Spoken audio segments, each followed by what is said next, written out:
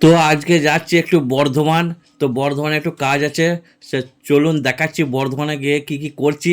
তো আমরা দেখতে থাকুন বর্ধমানে কি ঘটাচ্ছি গিয়ে। তো এই হচ্ছে পাড়ার স্টেশন, এখান থেকে চলে গেলাম। এই দেখুন, এটা হচ্ছে তালিত ওভারব্রিজ। এই ওভারব্রিজটা খুবই প্রয়োজন ছিল, কাজ খুব তাড়াতাড়ি করছে।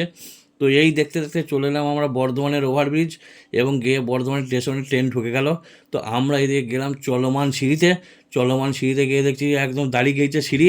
আমরাও বলবান হয়ে ভিড়ের মাঝে ভাই ঠেলে উঠে পড়লুম সিঁড়ি দিয়ে, স্টেশনের বাইরে বেরিয়ে আমরা বর্ধমানের এই স্টেশন বাজার দিয়ে হয়ে চলে যাচ্ছি গন্তব্যস্থলে। তো সেখানে গিয়ে দেখছি দাদা এত ভিড়, তো আমাদের পেয়ে গেছে খিদে। তো আমরা চলে এলাম রঞ্জিত হোটেলে সিধে। তো রঞ্জিত হোটেলটা সবাই চিনে, এটা হচ্ছে বর্ধমান স্টেশনের গায়ে।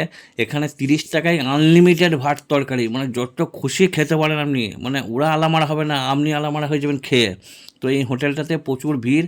তো আমরা একটু ওয়েট করছি। তো এই দুটো লোক দেখতে পাচ্ছেন, তো আমাদের ঢোকার আগের ব্যাচেও বসেছে, ওর পাশের দুটো লোক বেরিয়ে চলে গেল। এরা খেয়ে আলামারা হয় নাই। আমি মনে মনে করলাম, শালা এত কেন এরা খাচ্ছে রে, কদিন খায়নি এরা। তা আমার একটু সন্দেহ হলো, বললাম বড় ভাই তোমাদের কোথায় বাড়ি? বলছে কুচবিহার।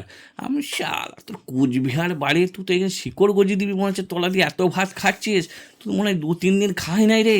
হ্যাঁ, তা বললে বিশ্বাস করে না ভাই, ভাত লিগে যাচ্ছে। আমরা উঠে গেছি, ওরা এখনও উঠে নাই, মানে আমার আগের ব্যাচে বসে। তা আমিও 2 বাটি ভাত নিলাম, ভাত আর এদিকে তোমার ডিমের ঝোল। তো নিয়ে আমরা ভাত খেয়ে উঠে পড়েছি। ওই দাদা ভাই এখনও উঠতে পারে নাই, এখনও চালিয়ে যাচ্ছে।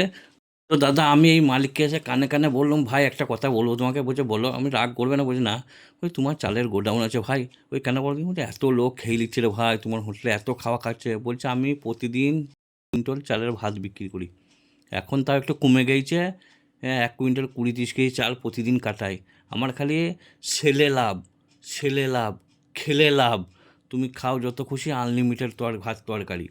ভাই সালাম তোমাকে ভাই, তোমার হোটেলকে, লোক তোমার হোটেলে পাঠিয়ে দেবো, চিন্তা নাই। এত এরা যাচ্ছে মনে হয় তোমার হোটেলে গো, এত খুব তাড়াতাড়ি করে।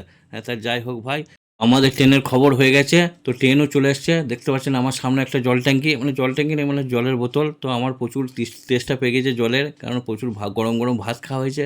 তো আমি একটু জল খেয়ে নিলাম। তো এরপরে ট্রেনে উঠবো। আমার ভাগনাকে বললাম যে ভাগনা একটা সিট রাখো। তো মনে হয় যেন ভাগনার সিট রেখেছে। তো ইতিমধ্যেই ট্রেনের ভেতরে আমরা উঠে পড়লাম। তো সিটও পেয়ে গেছি।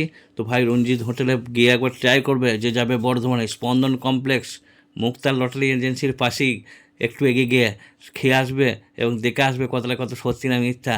তো ইতিমধ্যেই ট্রেন আমাদের গন্তব্যস্থলে চলে এলো। তো আমরা বাড়ি।